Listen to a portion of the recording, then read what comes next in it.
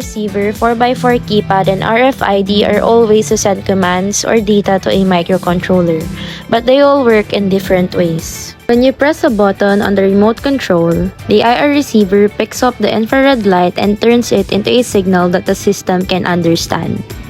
This lets the project respond from a distance. The 4x4 keypad works by having you press a key, which connects a certain row and column.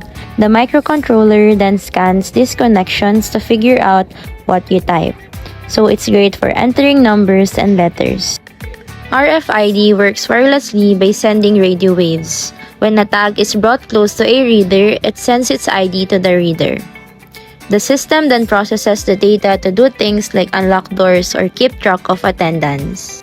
All three systems let users enter data, but they are different in terms of cost, ease of use, and uses. The IR receiver is quite easy to use because you only need a remote control to send it commands. On the other hand, the keypad can be less useful because you have to press each button exactly right. RFID is the easiest to use of the three because it works quickly and does not require physical contact.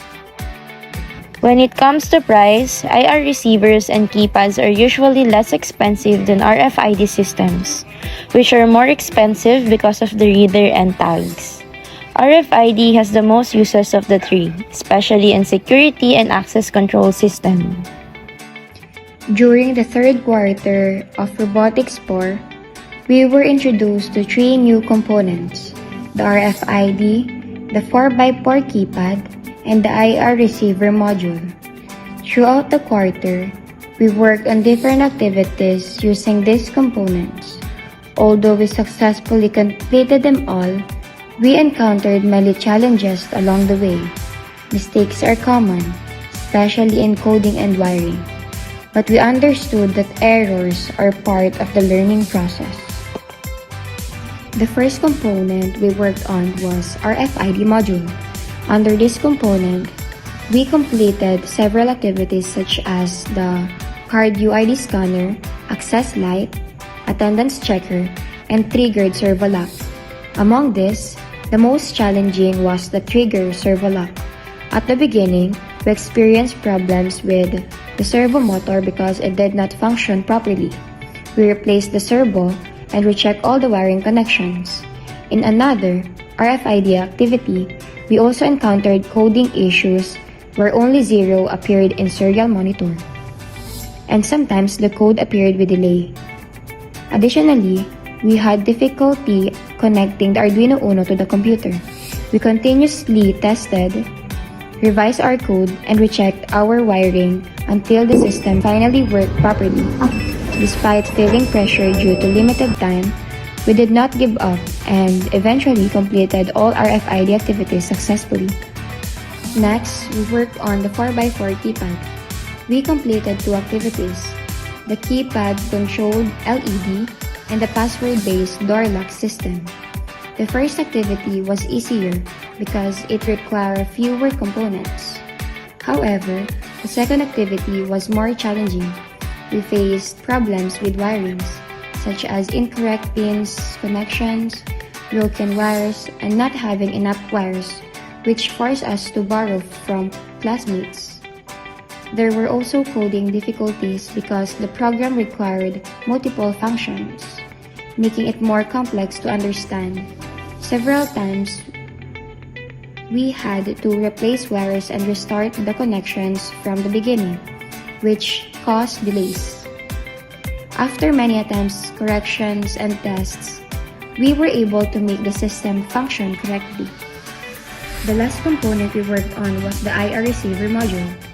The activities included a signal explorer, controlled LED system, and controlled servo door lock. Similar to the previous components, we experienced challenges in both wiring and coding.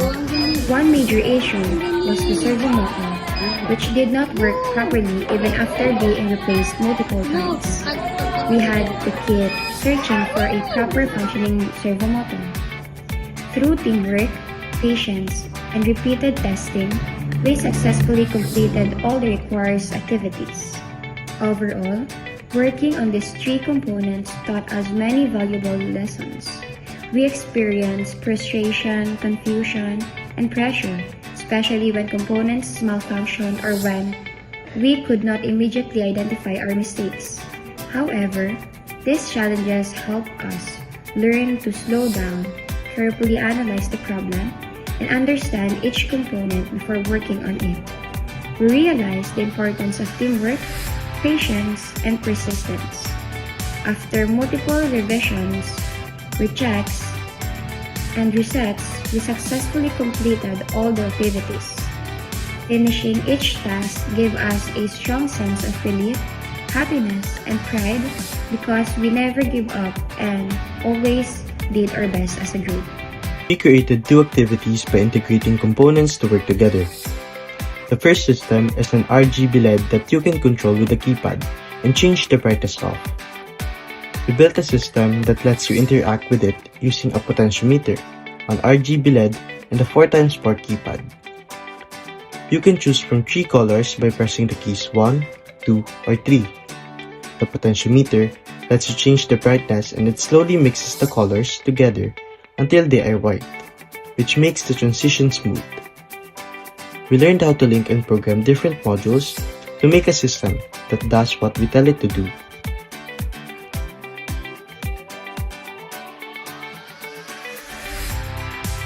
The second system is an RFID-based entry system with LCD and red-green LEDs.